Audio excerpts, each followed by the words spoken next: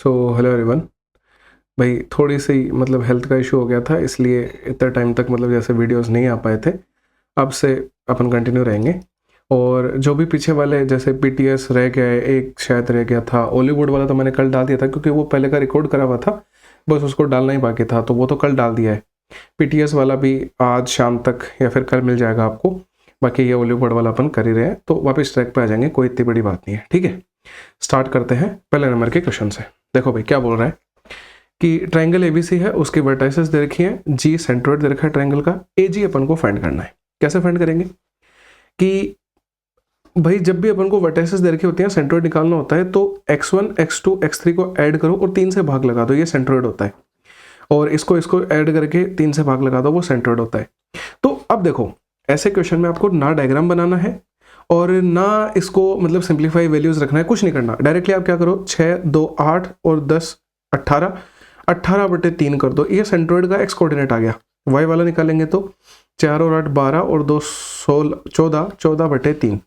तो ये सेंट्रोइड कितना आ गया, 6, 14/3। अब इसने क्या बोला, ए जी फाइंड करो, मतलब ए जी की दूरी। तो एक ए पॉइंट है, एक जी पॉइंट है, सेंट्रोइड जी तो होता है। तो ए जी के बीच की दूरी, दो पॉइंटों के बीच की दूरी बताने का फॉर्मूला पता है, पढ़ा है अपन ने, ये तो आसान सी चीज है। अंडर रूट में क्या होता है, 6 - 6 का स्क्वायर करेंगे 0 आ जाएगा, और 14/3 - 4, 14/3 - 4 का स्क्वायर करेंगे, स्क्वायर से तो रूट कट जाएगा, इसको सोल्व करेंगे तो 2/3 आ जाएगा। जो सी वाला ऑप्शन है वो एकदम से सही है। ठीक है, 2-3 क्वेश्चन है पेपर के अंदर जो सच में देखने लायक क्वेश्चन है, बाकी तो इतनी कोई दम वाली बात नहीं है, सब इजी चलेगा, जैसा ये है वैसा ही बाकी मिलेगा। ठीक है, सेकंड नंबर पे देखो, इसमें क्या बोल रहे हैं, एक स्विमिंग पूल है, उसमें 3 ड्रेन पाइप है। फर्स्ट 2 पाइप है, वो अगर एक साथ काम करती हैं तो वो पूल को एम्प्टी कर सकती हैं half the time taken by the third pipe. मतलब ए प्लस बी मिला के जो टाइम लेती हैं वो सी का हाफ लेती हैं। तो अगर ये 2 टाइम ले रहा है तो ये 1 टाइम लेगा। और अपन को ये पता है कि टाइम का उल्टा एफिशिएंसी का रेशियो होता है, तो एफिशिएंसी का रेशियो 2/1 आ जाएगा। ठीक है, आगे चलते हैं। ये बोल रहे हैं कि फर्स्ट पाइप एम्प्टी कर सकती है half the time second pipe से, यानी कि A/B का रेशियो भी 1/2 है, टाइम का एफिशिएंसी का लिखूंगा 2/1 आ जाएगा। ठीक है, आगे क्या बता रहा है कि टुगेदर तीनों पाइप जो है वो 5 घंटे 20 मिनट में एम्प्टी कर सकती हैं। मतलब A plus B plus C मिला के इसी टैंक को 5 घंटे और 20 मिनट को मैं 20/60 करके 1/3 लिख रहा हूं, यानी कि 16/3 टाइम में ये तीनों मिला के कर सकते हैं। ये बोल रहे हैं तीनों पाइपों को इंडिविजुअली अगर खोला जाए तो वो कितनी देर लगेगी, मतलब तीनों की एफिशिएंसी निकालनी है, क्योंकि टोटल वर्क आराम से निकाल पाएंगे अपन। कैसे करेंगे, अब देखो सबसे बड़ा मतलब पॉइंट क्या है कि अगर देखो ए की एफिशिएंसी अगर 2 है तो A प्लस बी की एफिशिएंसी 2 नहीं हो सकती, क्योंकि ये तो कंफर्म है कि बी काम कर रहा है, जब भी तो सारे ऑप्शंस में बी की कोई वैल्यू दे रखी है। इसलिए अपन को क्या करना पड़ेगा, इनको किसी एक चीज से मल्टीप्लाई या डिवाइड करना पड़ेगा जिससे अपन इनकी वैल्यू निकाल पाए। समझ में आ रहा होगा। तो रेंडमली मेरी मर्जी से, जैसे देखो मैं इसको अगर 2 से ऊपर नीचे डिवाइड कर देता हूं तो ये 4 और 2 बन जाएगा।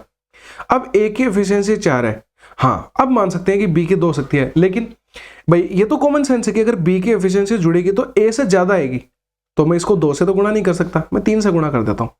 तो ये कितना बन जाएगा, 6/3। समझ में आया। अब देखो सी की 3 है, चलने लायक है, ए की 4 थी और बी की 2 थी, तो 4 और 2 करेंगे 6 आनी चाहिए थी, आ रही है, मतलब सब सेटिस्फाई हो रहे हैं। यानी मेरे को सबकी एफिशिएंसी मिल गई। कितनी मिली, ए की मिली मेरे को 4, बी की मिली मुझे 2, सी की मिली 3, सबकी एफिशिएंसी लिख दी मैंने। तीनों मिला के काम कर रहे हैं तो तीनों की एफिशिएंसी 4 3 7 2 9, 9 की एफिशिएंसी से 16/3 घंटे में इतना पूरा काम कर देते हैं। इससे इसको काट दो, 16 3 48, मतलब मेरे को टोटल काम करवाना है। अब अगर सिर्फ ए से करवाना होगा तो 4 से भाग लगाऊंगा, यानी 48/4। बी से करना होगा तो 48 में 2 का भाग लगाऊंगा, सी से करवाना होगा तो 48 में 3 का भाग लगाऊंगा। ये आ जाएगा 12 24 16, 12 24 16 सी ऑप्शन में सही हो जाएगा। अब ये सिर्फ करने में इतना टाइम लगा है, खुद करने जाएंगे तो 30 सेकंड का भी क्वेश्चन नहीं है, बहुत जल्दी ये सारी चीजें आराम से कर पाएंगे अपन। थर्ड नंबर पे आते हैं। एक बैग है, उसमें 10 तो रेड बॉल्स हैं, 8 ग्रीन बॉल्स हैं, 4 ब्लू बॉल्स हैं। एक बॉल को बैग से निकाला जाता है, प्रोबेबिलिटी बताओ कि बॉल ना तो रेड हो ना ग्रीन हो।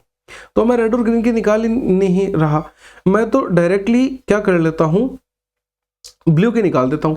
तो ब्लू की निकालूंगा, ब्लू वाली बॉल 4 है, टोटल कितने में से, 10 और 8 18 और 4 22 में से 4/22 को सिंप्लीफाई करेंगे तो 2/11 आ जाएगा। अब गलती ये मत कर देना, इसको 1 में से माइनस मत कर देना। अरे भाई इसने ना रेड ना ग्रीन की पूछी थी, यानी ब्लू की पूछी है, तो मैंने वही निकाल ली है। कई लोग इसको 1 में से माइनस करके 9/11 निकाल दें, वो भी ऑप्शन में मिलेगा देखो, पर ये नहीं है आंसर, ठीक है। 2/11 ही सही होगा। 4 नंबर पे आते हैं, इसको सिंप्लीफाई करना है, ये वैल्यू बतानी है। बहुत ईजी क्वेश्चन है, कैसे करोगे? 234 में से 170 घटाना है तो कितना आ जाएगा? 64 आ जाएगा। और ये देखो 8 दूनी 16 चौके 64, ये भी 64 है, कट जाएंगे, 1 बचेगा, 1 + 1 2 बन गया, 1 की वैल्यू 2 आ गई, यहाँ रख दो। 5 का स्क्वायर करेंगे और 100 का स्क्वायर करेंगे, तो 25 में 4 के आगे पॉइंट लगाना है, ये वाला आंसर मिल जाएगा। समझ में आया मैंने क्या किया? 0.0025 आ जाएगा इसको सोल्व करने पे। 5 नंबर पे आओ, ये वाला सेम क्वेश्चन पहले भी मॉक के अंदर आया, जब भी मैंने वही चीज बताई थी कि आपको क्या करना है, पॉपुलेशन मतलब स्टैंडर्ड डेविएशन अगर निकालना है तो फॉर्मूला क्या होता है, अंडर रूट के अंदर सिग्मा x स्क्वायर अपॉन में क्या आता है, इसमें n आता है, और माइनस में क्या आता है, मीन का स्क्वायर। तो देखो सिग्मा इज इक्वल टू क्या आ जाएगा, अंडर रूट में सिग्मा x का स्क्वायर मतलब सम ऑफ स्क्वायर दे रखा है 3060, n की वैल्यू मतलब 9 दिन की स्टडी है, मतलब n की वैल्यू 9 है, x का बार का मतलब मीन इसने 18 दे रखा है, देखो मीन टाइम 18 है, तो 18 का स्क्वायर आ जाएगा। यानी सिग्मा निकल के कितना आएगा, देखो 9 से 3 बार, फिर 9 से 4 बार, 340 आ गया, ये 324 आएगा, घटाएंगे 16 आएगा, 16 का रूट कितना 4, यानी स्टैंडर्ड डेविएशन जो है वो 4 आ जाएगा। बी वाला ऑप्शन सही है। इजी क्वेश्चन था। 6 नंबर पे आते हैं, क्या बोल रहे हैं कि इक्वेशन ऑफ लाइन बतानी है जिसका स्लोप 4 है और इंटरसेप्ट -3 है y एक्सिस पे, मतलब x इंटरसेप्ट 0 है, यानी कि अपन को ये वाला फॉर्म नहीं लगाना है, x/a + y/b = 1। ये जब लगाते हैं जब x और y दोनों का इंटरसेप्ट दे रखा हो, जब सिर्फ y का इंटरसेप्ट दे रखा हो तो y = mx + c आपको ध्यान रखना है। पूरा चैप्टर पढ़ाया हुआ है, हर एक चीज उसमें ये सारी बता रखी है मैंने। तो क्या हो जाएगा, y = m स्लोप होता है यानी 4x आएगा, प्लस c की जगह -3 लिख दूंगा मैं, यानी y = 4x - 3, बी ऑप्शन सही हो जाएगा। अब एक बार कोशिश करना देखने की, 10 सेकंड का क्वेश्चन भी नहीं था, ये भी मुश्किल से 15 सेकंड में वो सिंप्लीफिकेशन ही तो करना था, इसमें भी सिंप्लीफिकेशन, इसमें भी छोटी सी चीज, मतलब क्वेश्चनों में दम वाली बात है ही नहीं। कोई मुश्किल से एक आधा क्वेश्चन पेपर में हार्ड आ जाएगा, बाकी नहीं होती ऐसी चीजें। और अगर उन्हीं क्वेश्चन में आप फंस जाते हो, इसीलिए फिर आपको ऐसा लगता है कि पेपर हार्ड है या डरावना है, लेंदी है, ऐसा नहीं है, ठीक है। अब देखो क्या बोल रहा है, 15 किलो मैंगोज और 5 किलो एप्पल की W4 में टोटल कॉस्ट बतानी है। ये पढ़ने का कोई सेंस नहीं है। तो W4 ये वाली लाइन है, 15 किलो मैंगोज लेने हैं, तो मैंगो 15 किलो लेंगे, 40 रुपए इनका भाव है, यानी 15 से 600 रुपए आ जाएंगे। 15 गुना 40 करने पे लिख देता हूँ 15 गुना 40। फिर क्या करना है, 5 किलो एप्पल लेने हैं इसी W4 में, तो 5 × 200 करना है, कितना आ जाएगा 1000 और 600 जोड़ेंगे 1600 आंसर आ जाएगा, ठीक है। 8 नंबर पे आते हैं, एक रोम्बस है ABCD, उसके डायगोनल्स दे रखे हैं, distance between its parallel line बनानी है। स्टार मार्क करोगे, कॉपी में लिखोगे, क्यों? क्योंकि ये जो लाइन है ना, ये कंफ्यूज करती है बच्चों को। 100% किया भी होगा, बहुत ने गलत आंसर किया होगा ये वाला, लेकिन ये गलत है आंसर। बताता हूं मैं कैसे, देखिएगा क्या होता है रोम्बस। ये रोम्बस होता है, बराबर बनाना है तो ऐसा कर दो, ठीक है, कि मतलब रोम्बस में सारी साइडें इक्वल डिस्टेंस की होती हैं, इक्वल लेंथ होती है उनकी, लेकिन ऐसा समझ लो कि एक स्क्वायर को अपन ने लात मार दिया तो वो रोम्बस बन गया है, और जब रेक्टेंगल को कर देते हैं तो वो पैरेललोग्राम, ठीक है, सब पता है ये सारी चीजें। डायगोनल्स दे रखे हैं इसके, एक 16 और एक 12 दे रखा है। भाई इसने क्या बोला कि इसके बीच की distance between its parallel line बताओ, तो लोग क्या करते हैं कि ये पैरेलल लाइन है, ये पैरेलल लाइन है, वो इसी को बता देते हैं, और सबने मेरे को पता है 10 किया होगा इसका आंसर, जबकि ये गलत है। अरे पैरेलल लाइन के बीच की दूरी बताने का मतलब है ये परपेंडिकुलर डिस्टेंस बताओ। डिस्टेंस हमेशा परपेंडिकुलर बताई जाती है, समझ में आया? तो मैं कैसे सिंप्लीफाई करूंगा, पहले मैं साइड निकाल लेता हूं इसकी। साइड कैसे निकालते हैं कि रोम्बस के जो डायगोनल्स होते हैं वो 90 डिग्री पे बाइसेक्ट करते हैं, मतलब ये 90 डिग्री का एंगल बनेगा, और बाइसेक्ट करता है मतलब आधा आधा भी बांटता है। तो अगर ये 16 है तो ये इतनी 8 बचेगी, ये 12 है यानी ये इतनी 6 बचेगी। तो 6 और 8 का ट्रिपलेट 10 के साथ होता है, मतलब रोम्बस की साइड 10 आ गई, यानी ये भी 10 है, ये भी 10 है, सब 10 है। और बच्चों ने यही आंसर किया होगा, लेकिन नहीं, पैरेलल लाइन के बीच की दूरी बतानी है, मतलब ये लेंथ फिर को फाइंड करनी है। इसको मैं नाम दे देता हूं h का, हाइट मेरे को फाइंड करनी है। भाई अगर मैं रोम्बस का एरिया निकालूं तो वो 1/2 × d1 × d2 होता है, बिल्कुल होता है। या फिर मैं ऐसा भी कर सकता हूं कि मैं इस रोम्बस का एरिया निकालूंगा, तो मैं ऐसा भी तो कर सकता हूं कि बेस इंटू हाइट, यानी 10 बेस है इंटू हाइट, दोनों सेम चीजें नहीं है क्या? है बिल्कुल। तो 1/2 इंटू D1 मेरा था 16, D2 था 12 बराबर 10 इंटू H। 2 से 16 कटेगा 8 बार, 12 8 96, 96 में 10 का भाग लगेगा, 9.6 मेरे हाइट की वैल्यू आ जाएगी। आया होगा समझ में? मुश्किल चीज नहीं थी, बस सही तरीके से करना था। बहुत से लोगों ने आधा करके छोड़ दिया होगा, जबकि करेक्ट आंसर 9.6 आएगा। ठीक है, 9 नंबर पे आ जाओ। ये भी अच्छा क्वेश्चन है, दिमाग लगाने वाला क्वेश्चन है, पर इजी है। देखो क्या बता रहा है। एक फॉलोइंग फिगर है, इसमें 2 सर्कल दे रखे हैं जिनके सेंटर N और O हैं। MPQ एक कॉमन टेंजेंट है, ये दे रखी दोनों सर्कल के ऊपर, और ratio of diameter of both circle 7:4 है। अरे भाई डायमीटर का रेशियो अगर ये है तो रेडियस का इनका आधा होगा, लेकिन दोनों में वो आधा होगा तो रेशियो 7:4 ही बच जाएगा रेडियस का भी। यानी कि अगर इसकी रेडियस 7x है तो इसकी 4x, कोई दिक्कत नहीं है। MO की वैल्यू 77 दे रखी है, मतलब काम में लेंगे कहीं ना कहीं, यानी कि इसने ये वाली लेंथ 77 दे रखी है। ये बोल रहा है PQ बता दो, यानी ये अपन से फाइंड करवा रहा है। बहुत इजी है, देखो मैं बताता हूँ क्या करना है। ऐसा करेंगे अपन कि देखो अगर ये 7x है तो ये वाली रेडियस भी 7x है, अगर ये 4x है तो ये भी तो रेडियस है, ये 4x है। तो पूरी अगर 77 है तो 7 और 4 11 बन गई ना, यानी ये वाली दूरी हो जाएगी 77 माइनस 11x। अब पता है ये मैंने क्यों लिखा? क्योंकि मेरे को 2 ट्राइंगल दिख रहे हैं इसमें जो सिमिलर है। देखना मेरे ट्राइंगल को OQM ट्राइंगल NPM ट्राइंगल के साथ में सिमिलर है। क्यों? क्योंकि देखो ये एंगल तो दोनों में कॉमन आ रहा है, और ये वाला जो एंगल है वो 90 इसमें भी है, 90 इसमें। एंगल प्रॉपर्टी से दोनों ट्राइंगलों को मैंने सिमिलर कर दिया, कोई दिक्कत नहीं है। सॉरी, ठीक है। तो देखो अगर ये दोनों ट्राइंगल सिमिलर है, वो सब लिखने की नीड नहीं है, टाइम वेस्ट नहीं कर रहा हूं मैं, अपन को दिमाग में सोचना है। तो अगर ट्राइंगल सिमिलर तो उनके साइड्स का रेशियो इक्वल होगा। तो अगर मैं 7x लेता हूं बड़ी वाली साइड, तो मेरे को बड़ी साइड 77 लेनी पड़ेगी, ये बराबर होगा। अगर मैं छोटी साइड 4x लेता हूं तो मेरे को छोटी साइड लेनी पड़ेगी, इसलिए मैंने 77 माइनस 11x लिखा था। इनको सिंप्लीफाई करो, यहां से x की वैल्यू मिल जाएगी। 7 से 77 11 बार कट गया, 11 इंटू 4 44 x बनेगा, बराबर में x के साथ में ये गुणा हो जाएंगे। पर क्यों करना है?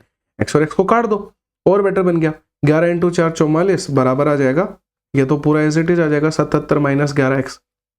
अब देखो या तो 11 से पूरे को उड़ा दो, नहीं उड़ाने का मन है तो 11x को इधर ले आओ, 77 में से 44 घटा दो, 33 आ जाएगा। x की वैल्यू 3 मिल गई, x 3 मिल गई, मतलब पूरा क्वेश्चन सिंप्लीफाई हो गया। यानी कि ये जो बड़े वाले की रेडियस है वो तो मिल गई 7 इंटू 3 मतलब 21, छोटे वाले की रेडियस मिल गई 12। अब क्वेश्चन में दम वाली बात बची नहीं है। क्यों? क्योंकि भाई अगर ये 21 है, ये 90 डिग्री पे काट रहा है, ये मेरे को 77 दे रखी है, तो मैं क्या ये पूरी नहीं निकाल सकता? बिल्कुल निकाल सकते हैं। कैसे? ये आ जाएगी अंडर रूट में, पाइथागोरस लगा रहा हूँ, 77 का स्क्वायर माइनस 21 का स्क्वायर। कोई दिक्कत नहीं है, इसको सिंप्लीफाई करेंगे। 77 का स्क्वायर कितना होता है? 5929 होता है, ठीक है। और 21 का स्क्वायर 441 होता है, इसको इसमें से घटा दो, कितना आ जाएगा? यहाँ नहीं दिख रहा है तो यहाँ लिख देता हूँ, ये 8 आएगा, फिर 8 आएगा, फिर 5 और 4 आ जाएगा, 5488 का रूट आ गया। इसको सिंप्लीफाई कर लो भाई। अब देखो कैसे करोगे, ये 13 और 12, 11 से तो नहीं जा रहा, तो इसको कैसे लिखेंगे अपन? अच्छा, सब में रूट 7 है, मतलब ये 7 से पक्का हो रहा होगा, इतना दिमाग भी लगा सकते हैं अपन। तो ये 7 से तो पक्का कटेगा, यानी 7 इंटू कितना आ जाएगा? 7 7 7 49, फिर 5 58, यानी कि 7 8 56, और 28 के लिए 4 784 आ गया। और 784 तो 28 का होता है, यानी कि इसको अपन क्या लिख सकते हैं? 28 रूट 7। यानी कि जो ये पूरी लेंथ है, मैं देखना एक बार कलर चेंज करता हूँ, थोड़ा सा मेरे को पता है लेंदी और कैलकुलेटिव क्वेश्चन है। ये जो लेंथ है ये पूरी 28 रूट 7 आ गई। अच्छा, और अब एक चीज और बताओ मेरे को कि अगर ये 28 रूट 7 है, जैसे अपन ने सिमिलरिटी लगाई थी पहले, वैसे ही लगाता हूँ कि अगर ये 7x है तो ये पूरी भी 7x की वैल्यू होगी, यानी 28 रूट 7 जो वैल्यू है वो 7x की है। पर मेरे को चाहिए किस चीज की वैल्यू? मेरे को तो ये छोटे वाली निकालनी है, क्योंकि मैं बड़ी में से ये छोटी घटा दूंगा तो जो मेरा आंसर है वो बच जाएगा, यानी मैं 4x निकाल देता हूँ यहाँ से। तो देखो क्या होगा, 7 से 28 कट जाएगा 4 बार, 4 चौके 16 रूट 7 आ गई, ये इतनी। तो मेरे को एक बात बताओ, 28 रूट 7 में से 16 रूट 7 घटाओगे तो ये कितनी? 12 रूट 7 बच जाएगी। लेंदी क्वेश्चन था, मैं जो बता रहा था हर पेपर में 2-3 क्वेश्चन होते हैं, तो ये उन्हीं क्वेश्चंस में से है। फिर स्टार मार्क कर लो, 12 रूट 7 मेरा आंसर है, ये करेक्ट हो जाएगा। बाकी मुश्किल नहीं था बिल्कुल भी, 2 बार बस मैंने सिमिलरिटी लगाई है और मैंने पाइथागोरस लगाई है, कैलकुलेशन करी है, मुश्किल वाली चीज़ें बिल्कुल भी नहीं है। समझ में आ गया होगा। एक बार रिवाइज करवा देता हूँ कि भाई दोनों ट्रायंगल सिमिलर थे तो 7x के रिस्पेक्ट में 77 लिखी थी मैंने, फिर 4x के रिस्पेक्ट में छोटे वाले 77 माइनस 11x लिखी थी। इसको सोल्व किया, x 3 आया, दोनों रेडियस मिली।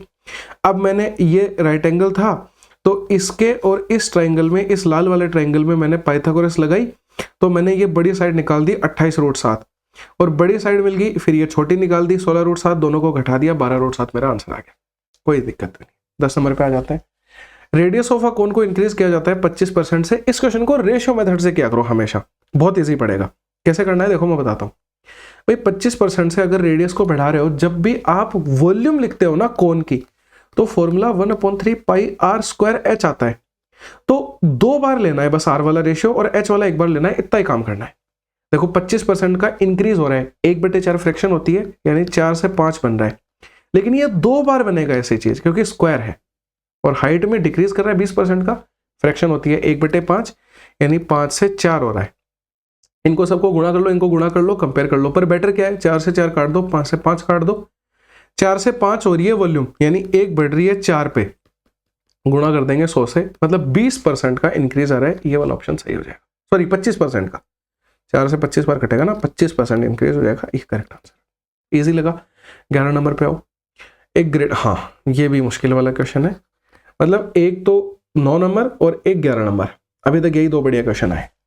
इसको देखो भाई, इसको भी मैं 2 मेथड से बताता हूँ, ध्यान दीजिएगा। एक ग्रेड 9 है स्कूल की, मतलब स्कूल है का 9th क्लास है, उसमें 25 बच्चों ने फिजिक्स ली है, मतलब वेन डायग्राम का क्वेश्चन है। ठीक है, वेन डायग्राम बना लेते हैं।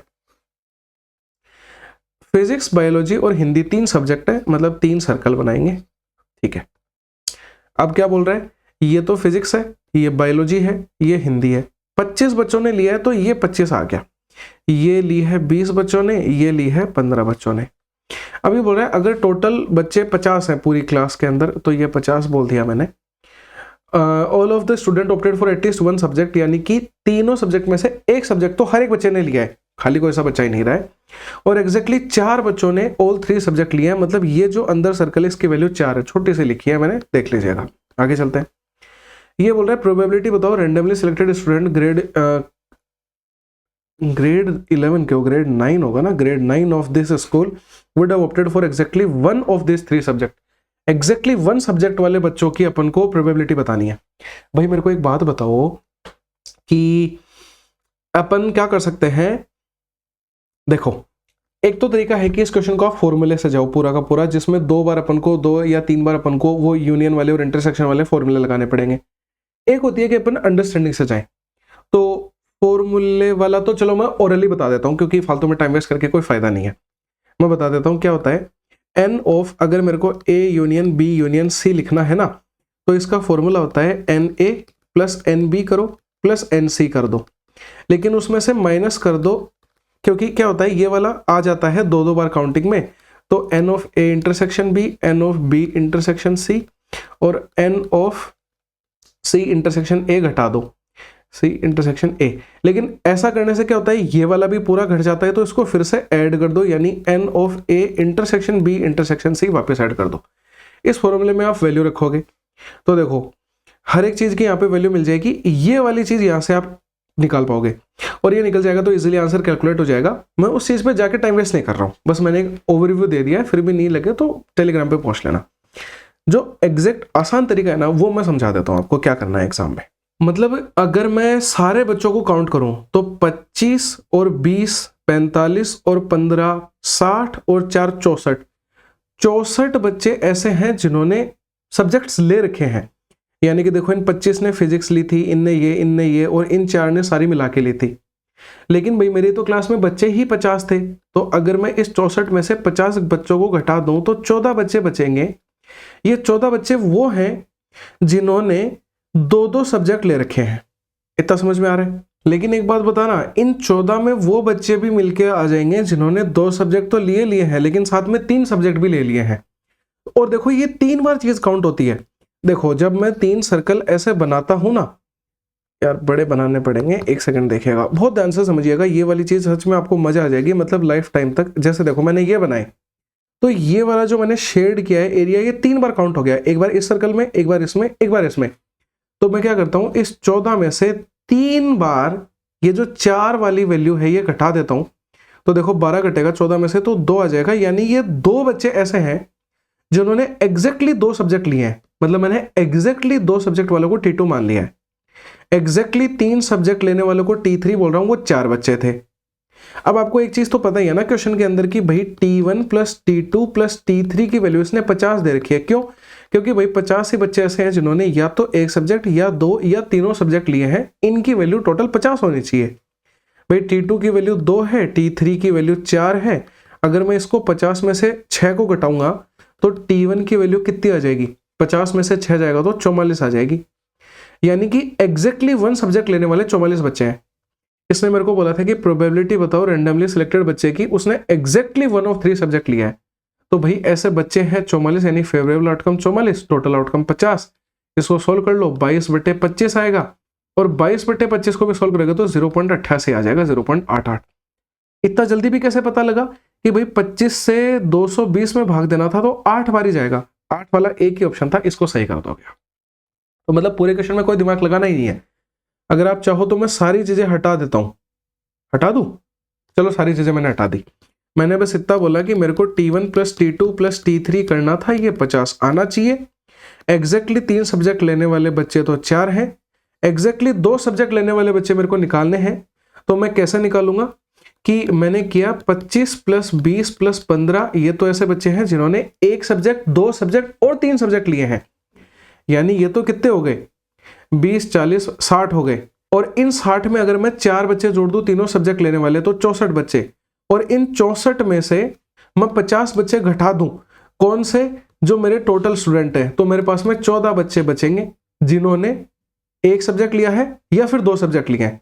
और इन 14 में से मैं 4 सब्जेक्ट तीनों लेने वाले 3 बार घटा दूं, 12 घटा दूं, मतलब तो 14 में से 12 जाएगा, 2 बचेगा। यानी 2 सब्जेक्ट ऐसे हैं, 2 बच्चे ऐसे हैं जिन्होंने एग्जैक्टली 2 सब्जेक्ट लिए हैं। अब ये घटाएंगे तो T1 की वैल्यू मिल जाएगी अपन को यहाँ से 44, और अब अपन कुछ भी सॉल्व कर सकते हैं इस क्वेश्चन, कोई दिक्कत वाली बात नहीं है। ठीक है, 12 नंबर पे आ जाओ। इजीली ये भी सिंप्लीफाई हो जाएगा। अच्छा, इसमें एरर है भाई इसमें, इसको मैं दोबारा लिखूंगा एक बार। देखो इसमें क्या था, 49x² - 1, फिर है 49 - x², यहाँ था 7x - 1, फिर था 7 - x, और ये था इंटू में 8/x + 1/7, और था 1 + x/7। ये था क्वेश्चन। अब देखो इसको एक बार मैं सिंप्लीफाई कर देता हूँ, बहुत ईजी है, तो कोई दिक्कत वाली बात नहीं है इसमें। भाई a² - b² लगा सकते हैं, a - b a + b आएगा, यानी 7x - 1 इंटू में 7x + 1 आएगा। इसको भी लिख सकते हैं ऐसे ही, 7 - x इंटू 7 + x आ जाएगा, और इंटू 8 आ जाएगा। ठीक है, ये आ जाएगा एज इट इज। अब देखो काट दो ना डायरेक्टली, 7x - 1 कट गया, 7 - x कट गया। इसको सोल्व करोगे तो 7x + 1 आएगा, तो वो तो इसको काट देगा, जो नीचे 7 बचेगा वो गुणा हो जाएगा। ये 7 + x आएगा, वो इसको काट देगा, नीचे 7 ऊपर गुणा हो जाएगा, यानी 8 × 7 × 7 आएगा। अब सोचने की भी जरूरत नहीं है, पहली बात तो पॉजिटिव आंसर आएगा और कोई एक बड़ी वैल्यू आएगी। भाई इतनी छोटी तो नहीं आ सकती ना, 8 × 7 = 56 यही हो जाता है, इंटू 7 भी करना है, मतलब ये करेक्ट आंसर होगा। ठीक है, अप्रोक्सीमेशन लगा सकते हैं। 13 नंबर पे आ जाओ। ABC पार्टनरशिप बिजनेस में गए, A ने इन्वेस्ट किया 2 times as much as B invest, यानी कि A ने B के 2 गुना जितना इन्वेस्ट किया, और B ने C का 2/5 टाइम इन्वेस्ट किया। ठीक है, कोई दिक्कत नहीं है। एंड ऑफ 5 ईयर में प्रॉफिट जो इन्होंने अर्न किया है वो 5500 रुपए किया है, तो प्रॉफिट शेयर बता दो। अरे भाई B इधर 1 कर रहा है, इधर 2 कर रहा है, नहीं, इधर भी 2 से गुणा करो तो बन जाएगा 4, ये बन जाएगा 2। अब सही है, A B C, A ने 4 इन्वेस्ट किया, B ने 2, C ने 5। जो टोटल 5500 रुपए इन्होंने कमाए हैं वो 5, 4, 9 और 2 11 की वैल्यू है। मेरे को A का शेयर निकालना है, मतलब 4 की वैल्यू बटा किसकी गुणा चाहिए, जिसकी 5 बार जाएगा, 500 × 4 करेंगे, 2000 आंसर आ जाएगा। ठीक है भाई, 14 नंबर पे आ जाओ। हाफ वे आ गए हैं, इजी क्वेश्चन थे, 2-3 जो थे वो इतनी कोई बड़ी बात नहीं है। Number of arrangements of 8 boys and 7 girls around a circular table बताना है कि no 2 गर्ल्स सिट टुगेदर। भाई कोई भी लड़की साथ नहीं बैठनी चाहिए, तो पहले लड़कों को बिठा दो। तो देखो 8 चीज को एक सर्कल पे बिठाने के लिए n - 1 फैक्टोरियल वेज होते हैं, तो 8 चीजों को बिठाना है तो 7 फैक्टोरियल आ जाएगा। अब जब भी मैं 7 फैक्टोरियल मतलब इन बॉयज को अरेंज करूंगा ना, तो ऑटोमेटिकली इनके बीच में 8 गैप क्रिएट हो जाएंगे, ठीक है। उन पे मेरे को 7 गर्ल्स को बिठाना है, तो क्या आ जाएगा, मतलब ये 7 गर्ल अपने आप को, मतलब क्या आ जाएगा, ये 7 गर्ल अपने आप को कितनी जगह पे अरेंज कर पाएंगे, 8 फैक्टोरियल जगह पे अरेंज कर पाएंगे। क्यों ये ऐसे होता है, देखो मैं बताता हूँ कि जब भी आपको किसी को साथ नहीं बिठाना होता है ना, तो जैसे ये 7 गर्ल्स को अरेंज करना है, तो इनके लिए 8 गैप क्रिएट हो जाएंगे, तो उसके लिए तो 8 फैक्टोरियल आएगा और नीचे 8 - 7 का फैक्टोरियल आएगा, तो ये 1 फैक्टोरियल बन जाता है। इसकी कोई जरूरत नहीं है, डायरेक्टली मैं 8 फैक्टोरियल लिख दूंगा। तो ये तो गर्ल्स को अरेंज करने का है, ये बॉयज को अरेंज करने का है। और अगर किसी को मतलब ये चीज नहीं समझ आई है, डिटेल से देखनी है, तो भाई पूरा चैप्टर पढ़ाया हुआ है, बहुत डिटेल में सारी चीजें बताई थी। डायरेक्ट मैं आंसर टिक कर दूंगा, ये वाला करेक्ट आंसर हो जाएगा। 15 नंबर पे आ जाओ। एक शॉपकीपर है, वो शुगर बेच रहा है 20% के प्रॉफिट पे। हमेशा बेईमान दुकानदार वाला क्वेश्चन पूरा का पूरा रेशियो में करना है सोल्व, कभी भी पैसे वजन कोई देखना ही नहीं है। तो देखो 20% का प्रॉफिट है, मतलब 100 की चीज वो 120 में बेच रहा है, और वेट 10% कम काम में ले रहा है।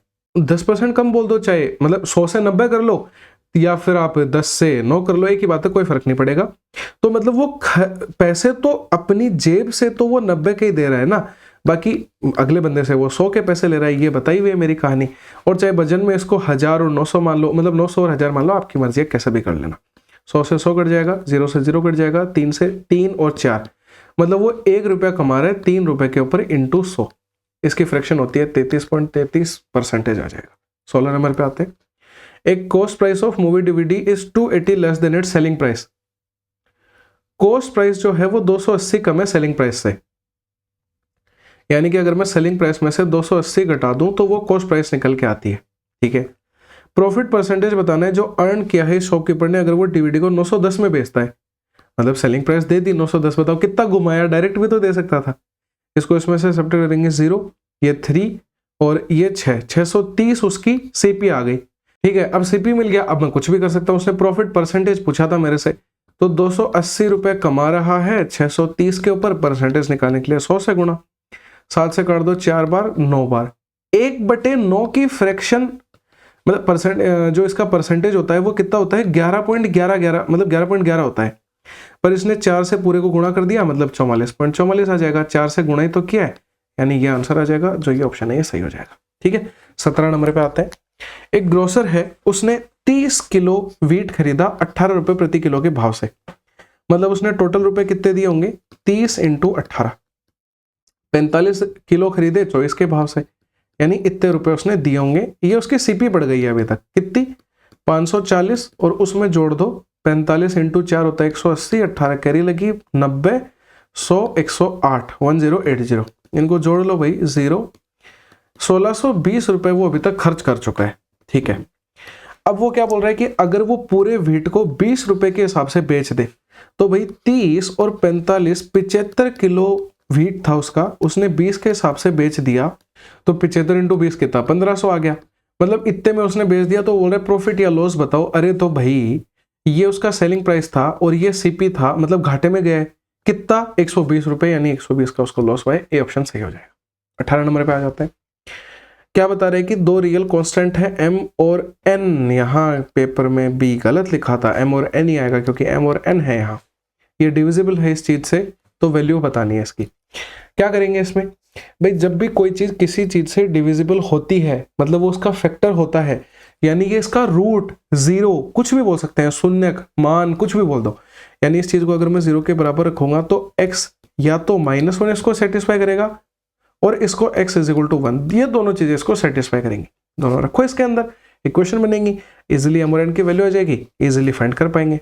तो मैं पहले 1 रख रहा हूं, तो m + 3 - 5 + n = 0, मतलब क्या बन गया, m + n - 2, इतना बनेगा, उधर जाके प्लस का 2 बन गया, एक इक्वेशन मिल गई। अब -1 रख दो, -1 रखेंगे तो क्या आएगा, -m आएगा, +3 आएगा, +5 आएगा और +n आएगा बराबर 0। तो अब देखो यहां से m की वैल्यू रख दो 2 - n यहां, या फिर n की वैल्यू रख दो क्योंकि ये नेगेटिव वाला लफड़ा नहीं बचेगा। फिर n की वैल्यू है 2 - m, तो यह आ जाएगी 2 - m = 0।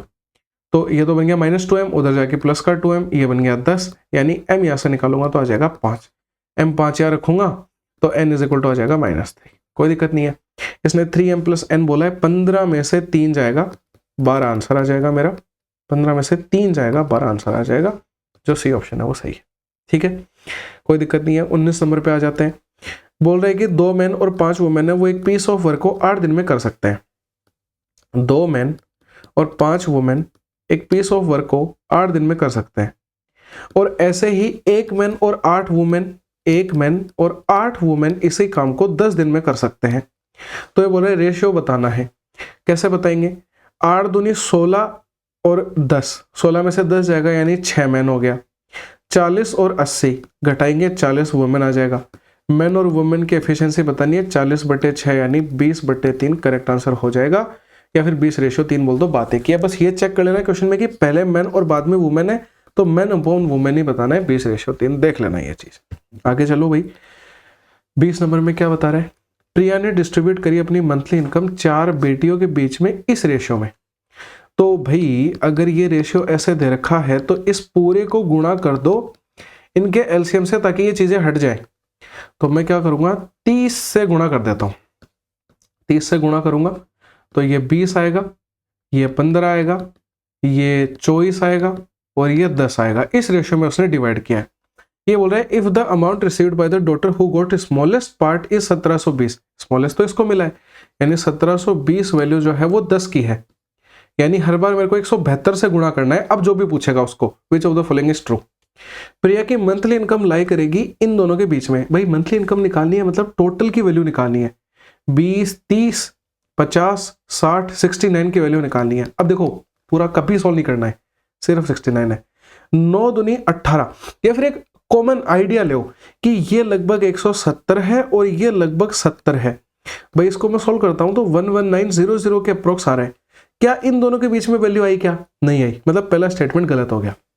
ये बोल रहा है प्रिया की किसी एक बेटी को 2064 रुपए मिले, मतलब मेरे को चारों की वैल्यू निकालनी पड़ेगी। भाई मैं नहीं टाइम वेस्ट करूंगा, क्या पता अगला ऑप्शन सही हो जाए तो मतलब चारों की ना निकालनी पड़े। एक बार पढ़ो तो सही कि लार्जेस्ट शेयर जो मिला है वो बेटी को 4128, लार्जेस्ट वाली तो 24 वाली है। 172 को 24 से गुणा करेंगे, देखो 24 दूनी 48, यूनिट डिजिट मैच कर रहा है, मतलब आंसर बन जाएगा। फिर 24 को 7 से करेंगे तो यहाँ 2 आएगा, 24 से कम 24 और उसमें कैरी ऐड करेंगे 4128, बिल्कुल आ गया। मैच किया नहीं किया? कर गया। यानी ये वाला ऑप्शन पक्का गलत है, ये सही है। नन तो कभी आ ही नहीं सकता। ठीक है, कोई दिक्कत नहीं है। 21 नंबर पे आ जाओ। बताने लायक क्वेश्चन तो नहीं है ये वाला, पर कोई नहीं, चलो देख लेते हैं। सिंपल इंटरेस्ट दे रखा है इसने, सम की वैल्यू फाइंड करवा रहे हैं।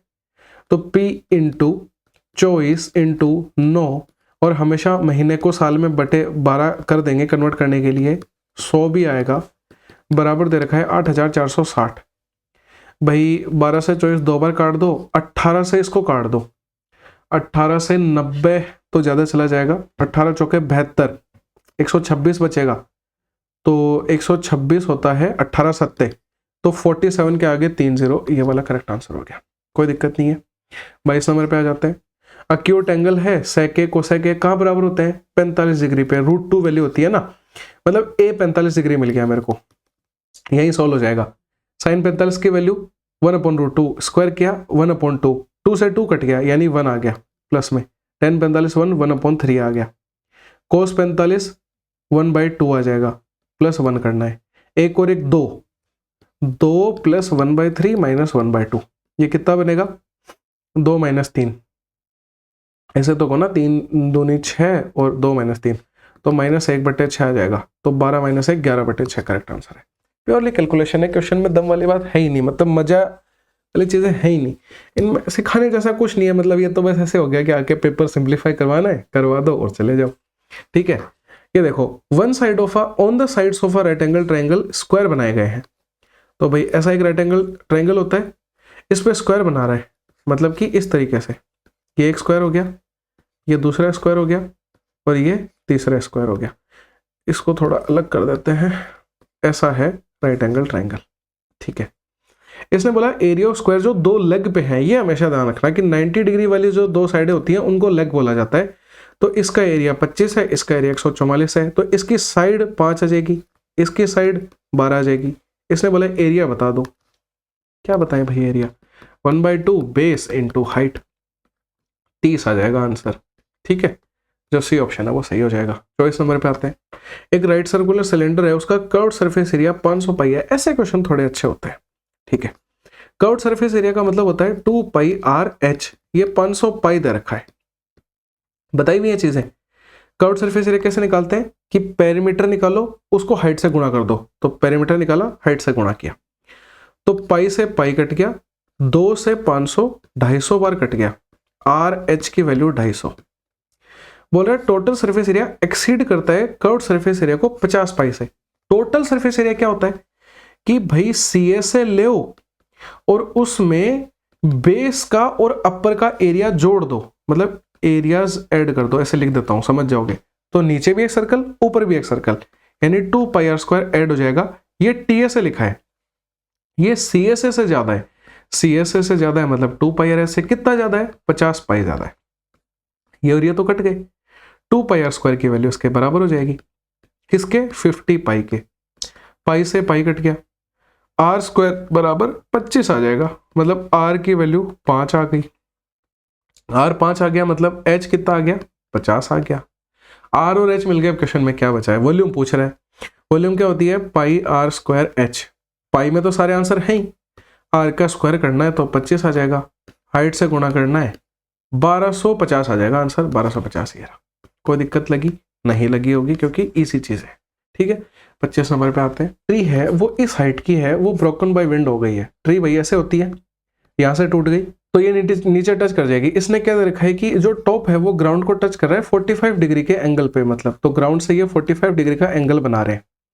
ठीक है, अब देखो पूरी ट्री अगर 136 की हाइट की थी तो ऐसा मान लेते हैं कि ये मान लो जैसे ये x हाइट है, तो ये 136 माइनस एक्स बच जाएगी, इतनी हाइट से ये टूटी है, इधर भी 136 माइनस एक्स आएगा, कोई दिक्कत नहीं है। अगर मैं अब देखो इन दोनों को कंसिडर कर लेता हूं, साइन एंगल लगा देते हैं, साइन 45 होता है 1/√2 बराबर आ जाएगा x/136 माइनस एक्स, कोई दिक्कत नहीं है। ये उधर जाएगा 136 minus X is equal to √2x आ गया, ये प्लस हो जाएगा उधर आके। ठीक है, x कॉमन निकाल लूंगा, √2 + 1 बचेगा, 136 के नीचे √2 + 1 आएगा, यानी ये ऑप्शन सही है। लेकिन एक चीज देखना आप कि √2 + 1 का मैं रैशनलाइजेशन करूंगा तो ऊपर √2 - 1 चला जाएगा, नीचे वाली चीज हट जाएगी, यानी ये भी ऑप्शन इसमें सही है। तो मतलब इस क्वेश्चन को या तो मतलब जैसे वो क्या होता है उसमें रिपोर्ट का शायद ऑप्शन आता है, वो कर लेना, एक बार वेरीफाई कर लेना, क्योंकि ये ऑप्शन में या तो कुछ गलती होगी, मतलब पता नहीं क्या है, जो भी है देख लेना आप अपने हिसाब से। मैंने बता दिया है कि ये और ये सेम है बिल्कुल ऑप्शन। ठीक है, और अगर आपने ये सही किया, टिक किया तो आपका सही है। ठीक है, 26 नंबर पे आ जाओ। ए सेंट्रोइड है ट्राइंगल का, एबीसी का, ए बी बी सी सी ए रखी है 8, 15 और 17, ट्रिपलेट दिख गया मेरे को एक, मतलब राइट एंगल ट्राइंगल है, राइट एंगल ट्राइंगल है 8, 15 और 17। तो एक डायरेक्ट रिजल्ट बता देता हूं बीई निकालने का, ऐसे देखना, ए बी सी है ना और ई सेंट्रोइड है, तो जो ई होता है ना सेंट्रोइड, ये बीई निकालने का डायरेक्ट वैल्यू बता देता हूं, हाइपो अपॉन में 3, ये रिजल्ट होता है। ये मैंने कैसा निकाला मैं बताता हूं, एक बार छोटा सा प्रूफ है देख लीजिएगा कि भाई अगर मेरे को ये वाली वैल्यू निकालनी है तो ये मतलब मेरे को पूरी लेंथ निकालनी है, तो मैं कैसे निकालूंगा कि मतलब मेरे को अगर ये पूरी लेंथ निकालनी होती ना, जब तो मैं करता हाइपोटेनियस के अंदर 2 से डिवाइड, यानी 17/2 आती ये वाली पूरी निकल के। लेकिन मेरे को तो इस सेंट्रोइड तक की वैल्यू पूछी है। सेंट्रोइड क्या होता है, मतलब सेंट्रोइड जो मीडियन होती है ना, मैंने ये मीडियन निकाली है, चलो मैं लिख देता हूँ, मीडियन इज इक्वल टू 17/2। जो सेंट्रोइड होता है वो मीडियन को 2:1 में डिवाइड करता है, यानी ये 17/2 जो वैल्यू है ये पूरी 3 की वैल्यू है, और मेरे को 2 वाले हिस्से की, इस वाले हिस्से की वैल्यू बतानी है। तो देखो 2 से 2 हर बार ये कट जाएगा, समझ में आ रहा है, क्योंकि देखो हर बार अपन हाइपोटेनस का आधा करेंगे तो हर बार नीचे 2 आएगा, हर बार अपन 2 वाले हिस्से की वैल्यू निकालेंगे तो ऊपर हर बार 2 आएगा, हर बार कटता रहेगा, सिर्फ मेरे को 3 से डिवाइड करना बचता है हाइपोटेनस को, इसीलिए मैंने हाइपो/3 लिखा था। 17/3 आप डायरेक्ट आंसर टिक कर सकते हो, इतना सब करने की नीड नहीं है। 27 नंबर पे आ जाते हैं, फालतू कैलकुलेटिव क्वेश्चन है, कोई भी दम वाली बात नहीं है। देखना कि वो बोल रहे हैं कि P% से पहले साल में इंक्रीज हुई है और Q% से डिक्रीज हुई है सेकेंड ईयर में, और 2 साल के बाद में पॉपुलेशन X बन जाती है, इतनी बन जाती है, if instead the population had increase by m%, ये बाद की बात है, और इनिशियल पॉपुलेशन z है, मतलब इनिशियल पॉपुलेशन 9000 है। मैं पहला केस सॉल्व कर रहा हूँ, दूसरा यहाँ करेंगे। पहले पॉपुलेशन 9000 थी, इसने बोला p% से बढ़ी है, मतलब 20% बढ़ी है, 1/5 यानी 6/5 बन गई। फिर q% से डिक्रीज हुई है, 10% से डिक्रीज हुई है, यानी 9/10 हो गई है पॉपुलेशन। इसको सॉल्व करो। 10 से ये कट जाएगा, 5 से ये कटेगा 180 बार, और 9 छक्के 54 होता है, 180 इंटू 54 कर लेंगे, 18 चौके 72, 7 कर लेंगे, 18 पंजे 90 और 7 97, 9720 आ गया।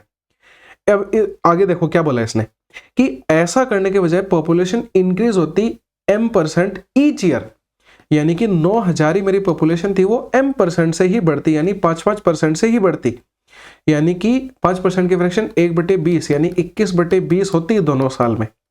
तो देखो दोनों जीरो से 2 जीरो कट गए, और इस 2 से 90 45 बार कट गया। भाई देखो अब आंसर कैसा आ रहा है, 45 इंटू 21 इंटू 21/2, मतलब पॉइंटों में आंसर आएगा, एग्जैक्ट वैल्यू आ ही नहीं पाएगी। तो ये क्या बोल रहे हैं कि it would have been greater than by y, यानी कि इससे ये जो है वो 720 का फर्क होता। अरे कैसे होगा, ये पॉइंटों में वैल्यू है, ये एक एग्जैक्ट वैल्यू है, घटाओगे या जोड़ोगे तो पॉइंटों में ही आएगा ना आंसर। 720 कैसे हो सकता है, पहला ऑप्शन गलत हो गया। अब सेकंड देखना, ये बोल रहे हैं कि पहले पॉपुलेशन थी 10,000, ठीक है, 25% से पहले साल में बढ़ी, यानी 5/4 बनी, फिर 20% से बढ़ी, यानी कि 1/5 से 6/5 बनी। ये देखो 5 से 5 कट गया, 4 से ये 2500 आ जाएगा, 25 छिके 150 होता है, और 2 जीरो और लग जाएंगे, मतलब 15,000 बन गई पॉपुलेशन। लेकिन ये क्या बोल रहा है कि ये क्या बता रहा है कि x की value 9600, after 2 year the population becomes x। भाई इसने बोला कि 2 साल बाद में पॉपुलेशन 15,000 बन जाती है, मतलब x बन जाती है 9600, अपने तो आई 15,000 ही है, यानी ये तो यही गलत हो गया, पूरा सोल्व ही नहीं करना पड़ा। इसमें तो 9720 मैच हो गया था, इसलिए अपन ने आगे करके गए थे, यानी कि दोनों स्टेटमेंट ही फिजिबल नहीं है, दोनों ही गलत हो जाएंगे।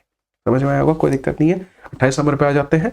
एक सर्टेन सम में उसको इन्वेस्ट किया गया है, 2 साल में वो इतना बन जाता है, 3 साल में इतना बन जाता है, और आर रेट कंपाउंड इंटरेस्ट है, बहुत ईजी है। कंपाउंड इंटरेस्ट में जब देखो 3 साल और 2 साल दे रखे होते हैं, इन दोनों को घटाओ, यानी 1 साल की वैल्यू कितनी आ जाएगी, इन दोनों का रेशियो ले लो, 3888 और बट्टे में 3240, काट दो भाई इनको, ये कटेंगे पक्का कटेंगे। 8 से करते हुए दिख रहे हैं, 8 चौके 32, 8 पंजे 40, 8 से 8 चौके 32 और 8 अट्ठे 64, और 8 से 6 12 48, ठीक है। और आगे कटेंगे, 8 और 4 12, ठीक है, 3 से कट रहे हैं, 9 से भी कट रहे हैं क्या, 8 और 9 से कट रहे हैं, 9 से काट लो, 9 पंजे 45, 9 चौके 36, 9 चौके 36 और 9 पंजे 45, फिर कट रहे हैं 9 से 6 बार और 9 से 5 बार। देखो 6 और 5 मतलब 1 बढ़ रहा है, 5 पे बढ़ रहा है, परसेंटेज निकालने के लिए 100 से गुणा, मतलब 20% जो है वो रेट ऑफ इंटरेस्ट सही होगी। इसने आर ही पूछा है, करेक्ट आंसर हो जाएगा। समझ में आ गया होगा। 29 नंबर पे आ जाते हैं। मीडियन क्या होता है कि जितनी भी वैल्यूज दे रखे हैं उन सबको असेंडिंग ऑर्डर में, मतलब छोटे से बड़ा लिखो और फिर इजीली मीडियन आ जाता है। देखो सबसे पहले है 2, फिर 3, फिर 4, 2 हो गया, 3 हो गया, 4 हो गया, फिर 7, फिर 8, फिर 7, फिर 8, फिर 11, फिर 12 और फिर 14।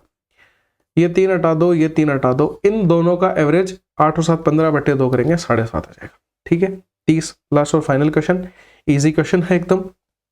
बस एक्स है वो 4800 मीटर बिहाइंड है, यानी कि दोनों के बीच में 4800 मीटर की दूरी है, सेम डायरेक्शन में जा रही है।